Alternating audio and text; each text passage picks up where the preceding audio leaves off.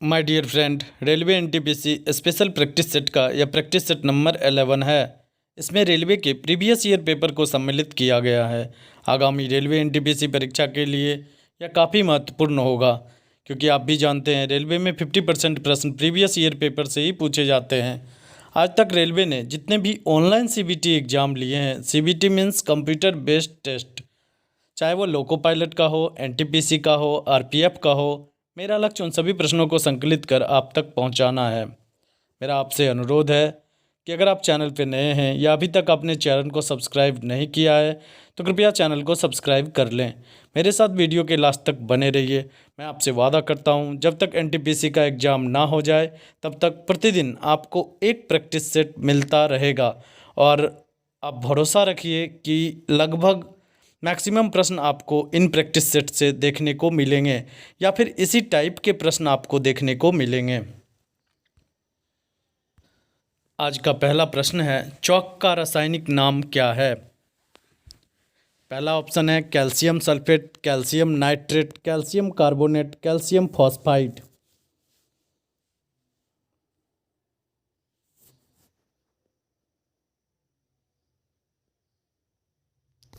सही आंसर होगा सी नंबर, यानी कैल्शियम कार्बोनेट। चौक का रासायनिक नाम कैल्शियम कार्बोनेट होता है।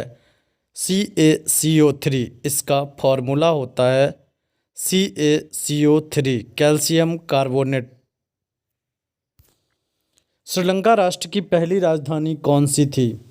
जाफना, पोलोंडुबा, अनुराधापुरम, कैंडी।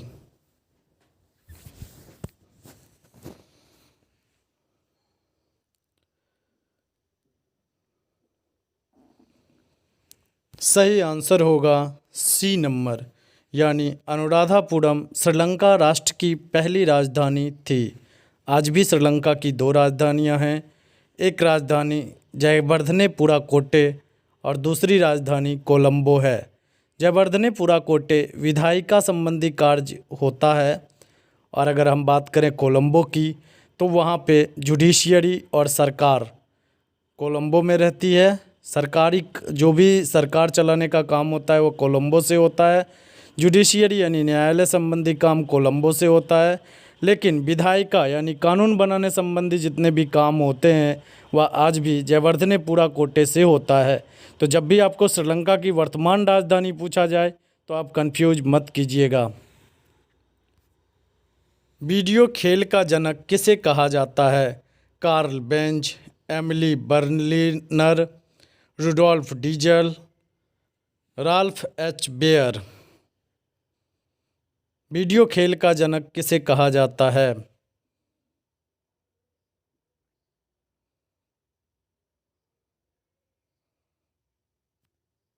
सही आंसर होगा डी नंबर, यानी राल्फ एच बेयर को वीडियो खेल का जनक कहा जाता है।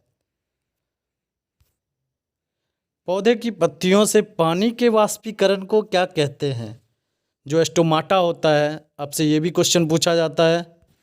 पत्तियों में जो छिद्र होते हैं उसे क्या कहा जाता है? तो पत्तियों के छिद्र को स्टोमाटा कहा जाता है, और उन्हीं छिद्र से होकर पानी का वाष्पीकरण होता है। तो आपसे यहाँ पे पूछा गया है कि इस प्रक्रिया को हम क्या कहते हैं? Transpiration, respiration, perspiration, evaporation.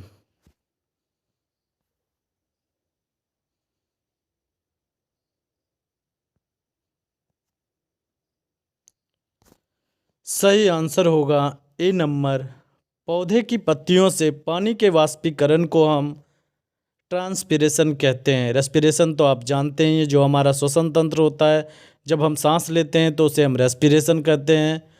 पर्सपीरेशन, पसीना निकलने का जो हमारे बॉडी में होता है उसे पर्सपीरेशन कहा जाता है। इवेपोरेशन, द्रव से गैसियस अवस्था में जब पानी को ही गर्म करते हैं तो जब द्रव से वह गैसियस अवस्था में फॉर्म होता है, भाप के रूप में बनता है, तो उसे हम इवेपोरेशन कहते हैं। जिस बाजार में स्पर्धा की कमी हो उसे क्या कहते हैं? Monopoly, oligopoly, perfect competition, marketization. यानी जिस बाजार में कंपटीशन की कमी हो उसे हम क्या कहते हैं?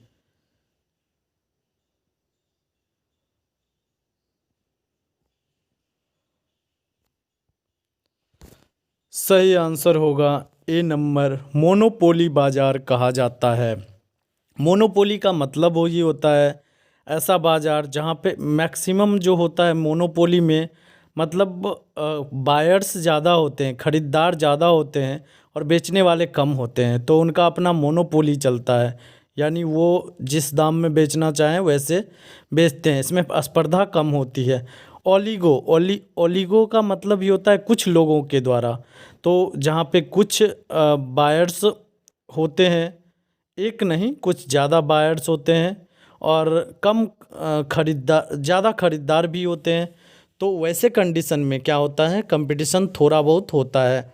अच्छा, मोनोपोली का मैं एग्जांपल देता हूँ, जैसे रेलवे टिकट, तो वह मोनोपोली बाजार कहलाएगा, क्योंकि वहाँ पे रेलवे को जितना निर्धारित करना होगा वो स्वयं निर्धारित करेगा और जनता उसको खरीदेगी। ओलिगोपोली जहाँ पे कुछ बायर्स भी होते हैं और कुछ खरीदार, कुछ बेचने वाले भी होते हैं, कुछ खरीदने वाले भी होते हैं। परफेक्ट कंपटीशन जहाँ पे बहुत ज़्यादा बेचने वाले और बहुत ज़्यादा खरीदने वाले होते हैं, वहाँ पे स्पर्धा जो होती है वो अब काफ़ी होती है। तो यहाँ पे आपका सही आंसर होगा ए नंबर, जिस बाजार में स्पर्धा की कमी होती है उसे क्या कहते हैं, monopoly. Which wood is used to make a cricket bat, कौन से लकड़ी का उपयोग क्रिकेट बैट बनाने के लिए किया जाता है? टीक का, विलो, बम्बू, रोजवुड, किस लकड़ी का उपयोग क्रिकेट बैट बनाने के लिए किया जाता है?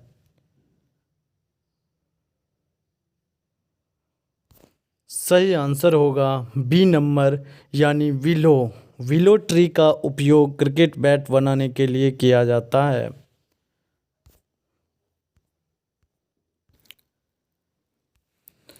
किस नेटवर्क पर पहला एसएमएस भेजा गया? Short message service. एसएमएस का फुल फॉर्म भी कभी कभी एग्जाम में पूछा जाता है, शॉर्ट मैसेज सर्विस।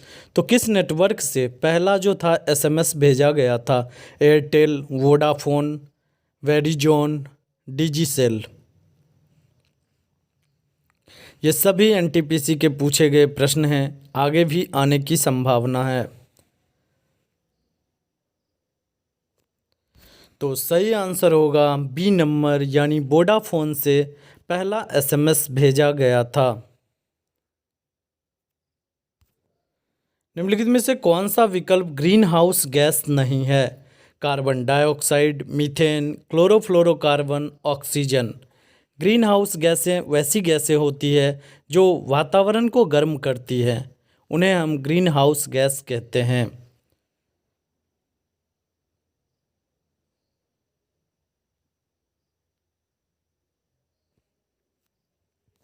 तो सही आंसर होगा डी नंबर, यानी ऑक्सीजन को तो हम प्राणवायु कहते हैं, ये हमारे जीवित रहने के लिए एक आवश्यक तत्व चीज़ होता है, जबकि अन्य सभी कार्बन डाइऑक्साइड, मीथेन और क्लोरोफ्लोरोकार्बन, ये सभी ग्रीन हाउस गैसें होती है। अगर बात करें क्लोरोफ्लोरोकार्बन, तो कभी कभी आपसे एक प्रश्न पूछा जाता है कि रेफ्रिजरेटर में किस ग्रीन हाउस गैस का इस्तेमाल किया जाता है, या शीतलन में किस ग्रीन हाउस गैस का इस्तेमाल किया जाता है? वह CFC क्लोरोफ्लोरोकार्बन ही होता है। भारतीय संविधान का अनुच्छेद 29 निम्नलिखित में से कौन से अधिकार प्रदान करता है?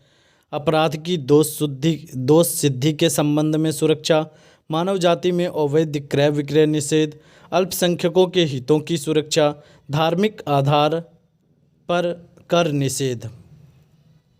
आर्टिकल 29 किससे संबंधित है? आपको आंसर देना है।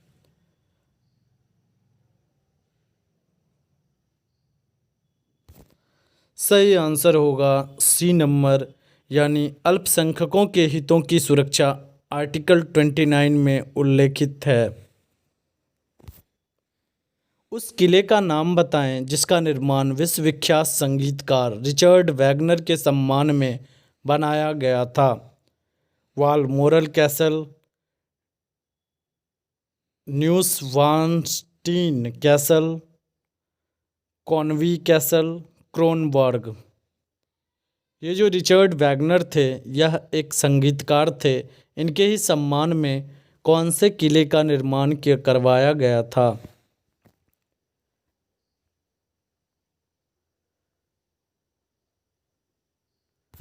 तो सही आंसर होगा बी नंबर, यानी न्यूसवानस्टीन कैसल। न्यूसवानस्टीन कैसल, इस किले का निर्माण रिचर्ड वैगनर के सम्मान में करवाया गया था। किसे अपनी novel A brief history of 7 killings के लिए वर्ष 2015 में मैन बुकर पुरस्कार प्राप्त हुआ था? यह चूँकि 2015 का एग्ज़ाम में पूछा गया था, 16 के एग्ज़ाम में 15 का पूछा गया था, तो इसीलिए 2015 है। बट ये मैंने इसको इसीलिए क्वेश्चन को इंक्लूड किया है क्योंकि ए ब्रीफ हिस्ट्री ऑफ 7 किलिंग्स, इसके राइटर कौन है ये दोबारा आपसे पूछा जा सकता है क्योंकि इस बुक ने मैन बुकर पुरस्कार जीता था। तो आपको बताना है ब्रीफ हिस्ट्री ऑफ 7 किलिंग्स के लेखक कौन हैं। Marlon James, Richard Flanagan, Arvind Adiga, E O Wilson.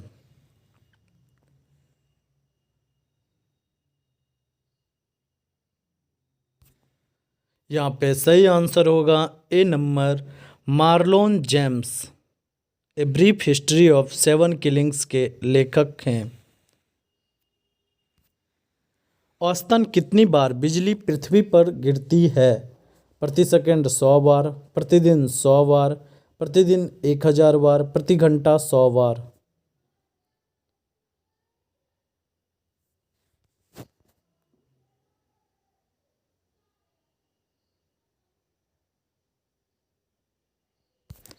तो सही आंसर होगा ए नंबर, प्रति सेकंड 100 बार बिजली पृथ्वी पर गिरती है। पानीपत के तीसरे युद्ध में अहमद शाह अब्दाली से किसने युद्ध किया था? मुगल ने, लोधी ने, मराठा ने या खिलजी ने?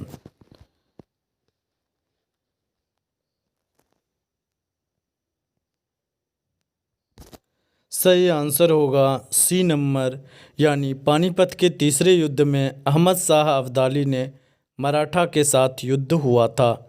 अब तीनों ही पानीपत का 3 युद्ध हुआ था, प्रथम, द्वितीय और तृतीय, आपको मालूम भी होगा। इस भी याद रखने का तरीका है 26, 56, 61। 1526 बाबर और इब्राहिम लोदी के बीच में लड़ा गया था पानीपत का प्रथम युद्ध। तीसरा युद्ध जैसा कि मैंने बताया 26, 56 और 61। तो 56 में लड़ा गया था। यह लड़ा गया था अहमद शाह अब्दाली और मराठा के बीच में। यारलोंग सांगपो का प्रचलित नाम क्या है? मतलब यारलोंग सांगपो किस नदी को कहा जाता है? गंगा, ब्रह्मपुत्र, महानदी या सतलज?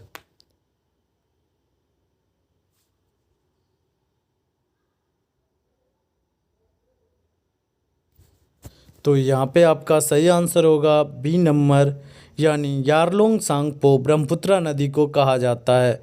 ब्रह्मपुत्रा नदी मानसरोवर झील के पास से निकलती है। मैं आपको इसके बारे में डिटेल बताता हूँ, ब्रह्मपुत्रा नदी के बारे में डिटेल। आप स्क्रीन पे देख रहे होंगे, ब्रह्मपुत्र नदी तिब्बत, भारत और बांग्लादेश में बहने वाली एक ऐतिहासिक नदी है। सबसे पहला प्रश्न, ब्रह्मपुत्र नदी किन किन देश से होकर बहती है? आपको ऑप्शन में बहुत सारा दिया रहेगा, आपको मालूम होना चाहिए। तिब्बत, भारत और बांग्लादेश में बहने वाली नदी ब्रह्मपुत्र है। इसका उद्गम स्थान जो है वह तिब्बत के पास में जो मानसरोवर झील है उसके निकट एक ग्लेशियर है, एक हिमनदी है जिसका नाम है चेमा युंगडुंग ग्लेशियर। जबकि आपको मैक्सिमम जगह पे सिर्फ इतना ही लिखा रहेगा, मानसरोवर झील के पास से ब्रह्मपुत्र नदी निकलती है। तो कभी कभी एग्जामिनर ये भी पूछता है कि किस हिमनदी से होकर निकलती है, किस ग्लेशियर से होकर निकलती है, तो उस ग्लेशियर का नाम है चेमा युंगडुंग ग्लेशियर। फिर बांग्लादेश में उसे क्या कहा जाता है? बांग्लादेश में ब्रह्मपुत्र नदी को जमुना कहा जाता है।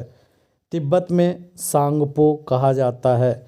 चीन में यारलू सांग, पुचियांग या यारलुंग जेबोंग कहा जाता है और भारत में इसे ब्रह्मपुत्र के नाम से जाना जाता है।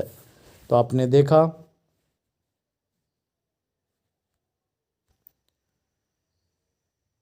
तो सही आंसर होगा बी नंबर, यानी ब्रह्मपुत्र नदी का नाम यारलुंग सांगपो है।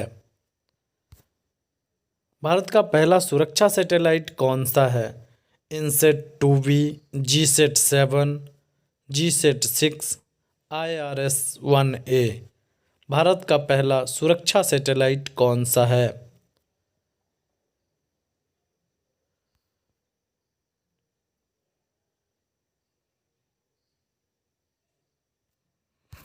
सही आंसर होगा बी नंबर, GSAT-7 भारत का पहला सुरक्षा सैटेलाइट है। B number GSAT-7। GSAT का फुल फॉर्म भी पूछा जा सकता है, तो जियो स्टेशनरी जो होता है GSAT, जियो स्टेशनरी सैटेलाइट, उसे हम कहते हैं GSAT। और अगर इनसेट पूछा जाए तो इंडियन नेविगेशनल सैटेलाइट, इनसेट का फुल फॉर्म होता है। तो इस तरह से आप जानिए, यहाँ पे आंसर सही होगा बी नंबर GSAT-7। अकाल पीड़ित क्षेत्र में ग्रामीण रोजगार गारंटी योजना के तहत कार्य दिवसों की संख्या में कितनी बढ़ोतरी की गई है? 10, 25, 40, 50। आपको पता होना चाहिए, MNREGA Mahatma Gandhi national rural employment guarantee योजना, यह इसका फुल फॉर्म होता है। MNREGA Mahatma Gandhi national rural employment guarantee योजना एक्ट या मनरेगा होता है। इसके तहत सरकार निश्चित करती है कि कितने दिन का रोजगार दिया जाएगा, और अगर उतना दिन काम नहीं भी होता है तो भी उसे उसकी जो वेतन उसका फिक्स किया जाता है सरकार के द्वारा, वह मजदूरों को दिया जाता है। तो बट यहाँ पे कुछ क्वेश्चन अलग है। यहाँ से आपको पूछा गया है कि अकाल पीड़ित लोगों में क्षेत्रों में मनरेगा के तहत कार्य दिवस की संख्या में कितनी बढ़ोतरी हुई थी? तो सही आंसर होगा डी नंबर, यानी 50 दिन की बढ़ोतरी हुई थी। ध्वनि के नाप की यूनिट क्या है? Newton, decibel, sones, phons. ध्वनि के नाप की यूनिट क्या है?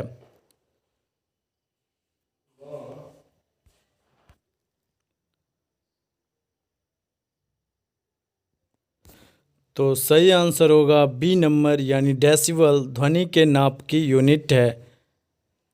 और आप ज़्यादा इसको नॉइज़ के नाम से जानिए, नॉइज़ को भी डेसिबल में ही मापा जाता है। कंप्यूटर के संबंध में WWW का विस्तार क्या है? World wide web, web wide world, whole world web, wide world web.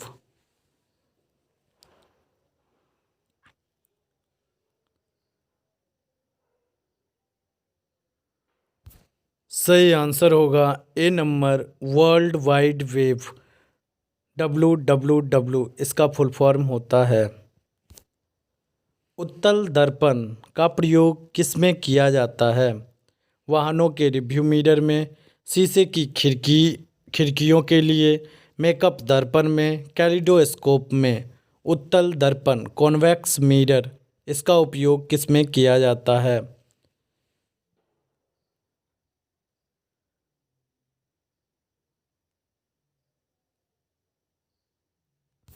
सही आंसर होगा ए नंबर, वाहन के रिव्यू मिरर में उत्तल दर्पण कॉन्वेक्स मिरर का उपयोग किया जाता है, क्योंकि यह दूर की वस्तुओं का छोटा प्रतिबिंब बनाता है और आपको लगभग पीछे ज़्यादा दूरी तक के गाड़ी अगर पीछे से आ रही है तो वो आपके छोटे छोटे पिक्स के रूप में आपको दिखाई देगा। तो यही होता है उत्तल दर्पण का काम, इसीलिए इसको रिव्यू मिरर के रूप में इस्तेमाल किया जाता है। आपसे कभी कभी पूछा जाता है कि जो दाढ़ी बनाने वाला होता है उसमें कौन से मिरर का प्रयोग किया जाता है, तो वह अवतल दर्पण होता है, कॉनकेव मिरर। भारत की स्वतंत्रता के तुरंत बाद गोवा डैश राज्य था? भारतीय, पुर्तगाली, डच, ब्रिटिश।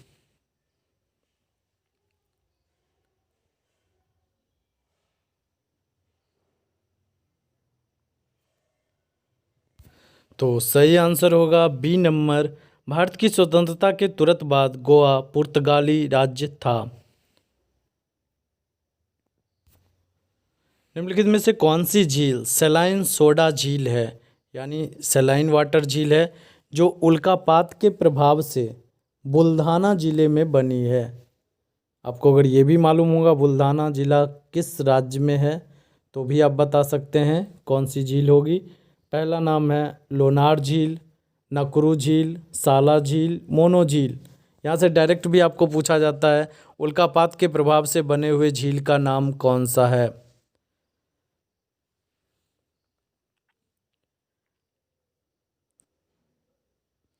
तो सही आंसर होगा यहाँ पे ए नंबर, यानी लोनार झील जो है वह उल्कापात के प्रभाव से बनी है। यह महाराष्ट्र के बुल्धाना जिले में स्थित है। नाम क्या है? लोनार झील। किस भारतीय शहर को गुलाबी शहर पिंक सिटी के नाम से जाना जाता है? जयपुर, जोधपुर, जबलपुर, सोलापुर।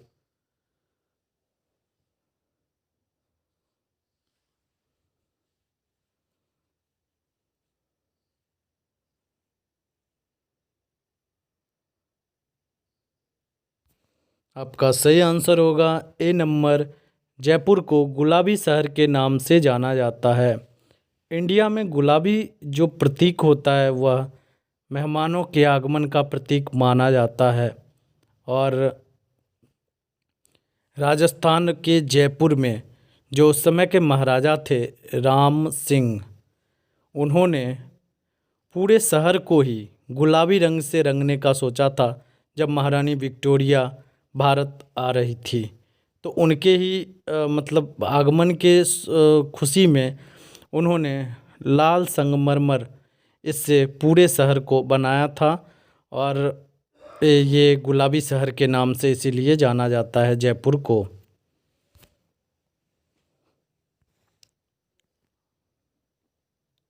शक्कर के घोल में शक्कर एक डैश है, विलायक यानी सॉल्वेंट, घुला हुआ पदार्थ सॉल्यूट, कोलॉइड या सस्पेंशन।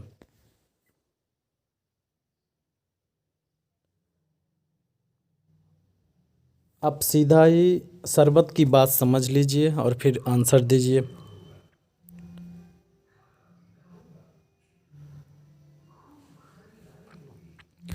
तो यहाँ पे आपका आंसर होगा बी नंबर। जैसे ही मैंने जैसे बताया आपको शरबत, शरबत में जो वाटर होता है वह सॉल्वेंट होता है, विलायक होता है। और जो घुला हुआ पदार्थ होता है उसे हम सॉल्यूट कहते हैं। तो पानी में क्या मिलता है? चीनी, शक्कर। तो शक्कर एक तरह का सॉल्यूट हुआ और जिसमें मिलता है यानी पानी सॉल्वेंट हुआ। तो यहाँ पे आपसे क्या पूछा गया? शक्कर एक डैश है, तो बी नंबर सही आंसर होगा, सॉल्यूट है। विश्व कैंसर दिवस कब मनाया जाता है? 4 फरवरी, 5 मार्च, 12 मई, 23 अगस्त।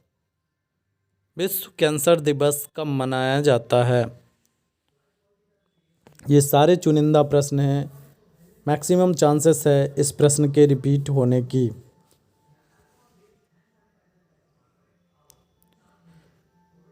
तो यहाँ पे आपका सही आंसर होगा ए नंबर। विश्व कैंसर दिवस 4 फरवरी को मनाया जाता है। HF चिन्ह के एलिमेंट हैफनियम जो संकेत होता है, जैसे सोडियम का Na होता है उसी तरह HF किसका संकेत होता है? हैफनियम का। तो इनका नाम जो है किस स्थान के नाम पर दिया गया था? Germany, Copenhagen, Sweden, France.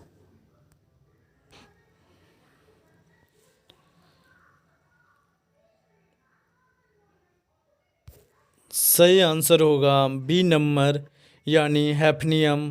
HF जिसका सिंबल होता है उस एलिमेंट का नाम कोपेनहेगन के नाम पर रखा गया था।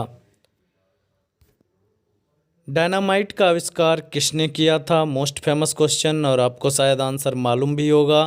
Alfred Nobel, Phillips Parsels, Louis Pasteur, Humphry Davy.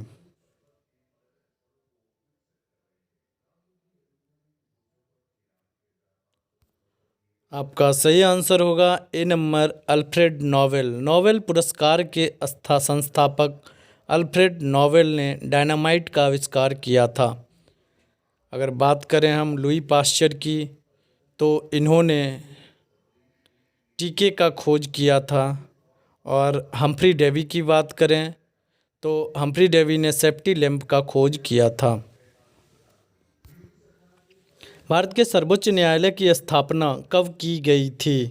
1947 ईस्वी में, 1950 ईस्वी में, 1951 ईस्वी में या 1952 ईस्वी में? भारत के सर्वोच्च न्यायालय की स्थापना कब की गई? सुप्रीम कोर्ट ऑफ इंडिया कब बना?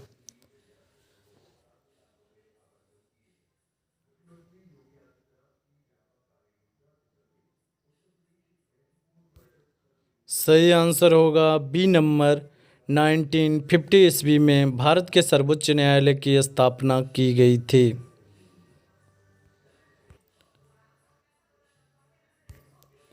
शरीर का कौन सा अंग खून के शुद्धिकरण से संबंधित है?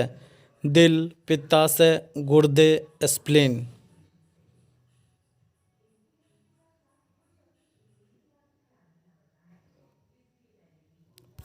आपका सही आंसर होगा सी नंबर यानी गुर्दा, जिसे हम किडनी कहते हैं। बच्चे इसे गुदा से कंफ्यूज हो जाते हैं। गुदा का मतलब एनस, जो जहाँ से मल निकलता है वो एनस होता है गुदा का मतलब। और गुर्दा या गुर्दे का मतलब होता है किडनी। तो किडनी जो होता है वह खून के शुद्धिकरण से संबंधित होता है। अगर बात करें हार्ट की, तो हार्ट रक्त को पंप करता है। स्प्लीन की, तो आरबीसी का निर्माण जो वहाँ पे होता है, स्प्लीन, प्लीहा। स्प्लीन का हिंदी प्लीहा होता है। सौर ऊर्जा द्वारा पूर्ण रूप से संचालित विश्व का सर्वप्रथम हवाई अड्डा कौन सा है? कोचिन अंतर्राष्ट्रीय हवाई अड्डा, छत्रपति शिवाजी अंतर्राष्ट्रीय हवाई अड्डा, दुबई अंतर्राष्ट्रीय हवाई अड्डा, कंसाई अंतर्राष्ट्रीय हवाई अड्डा?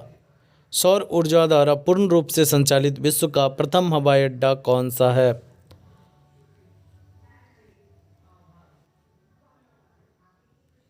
तो आपका सही आंसर होगा ए नंबर कोचिन अंतर्राष्ट्रीय हवाई अड्डा सौर ऊर्जा से पूर्ण रूप से संचालित विश्व का प्रथम हवाई अड्डा है।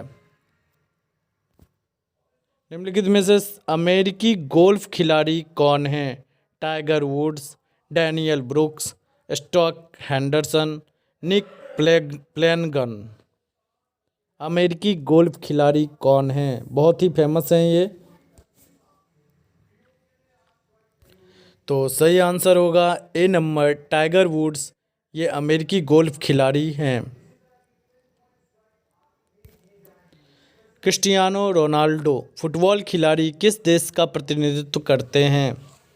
ये सबसे महंगे और सबसे अमीर खिलाड़ी के रूप में भी माने जाते हैं। तो आपको बताना है ये किस देश का प्रतिनिधित्व करते हैं फुटबॉल में। ब्राज़ील, अर्जेंटीना, पुर्तगाल, इंग्लैंड?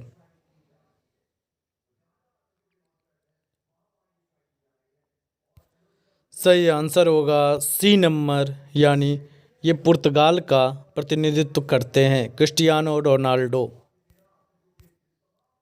अंतरिक्ष की सैर करने वाली सर्वप्रथम चीनी महिला कौन सी थी?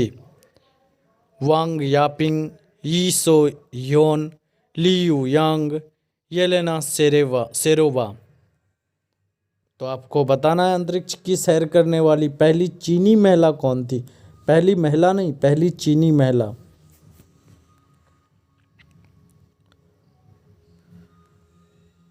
तो सही आंसर होगा सी नंबर लियू यांग अंतरिक्ष की सैर करने वाली सर्वप्रथम चीनी महिला थी। निम्नलिखित में से किस साम्राज्य के दौरान चेन्नाकेस्वा मंदिर का निर्माण किया गया था? आप मुझे कमेंट सेक्शन में कमेंट करके बताइए चेन्नाकेस्वा मंदिर कहाँ पर स्थित है। होयसल वंश, यादव वंश, चोला वंश, पाल वंश?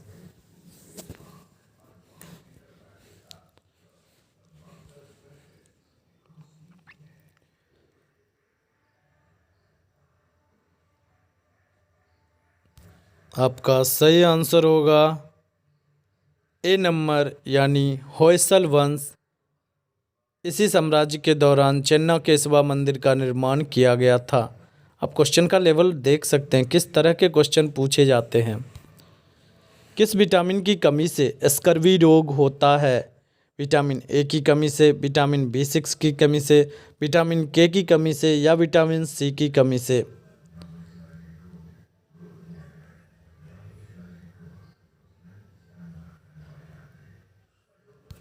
सही आंसर होगा डी नंबर यानी विटामिन सी की कमी से स्कर्वी रोग होता है।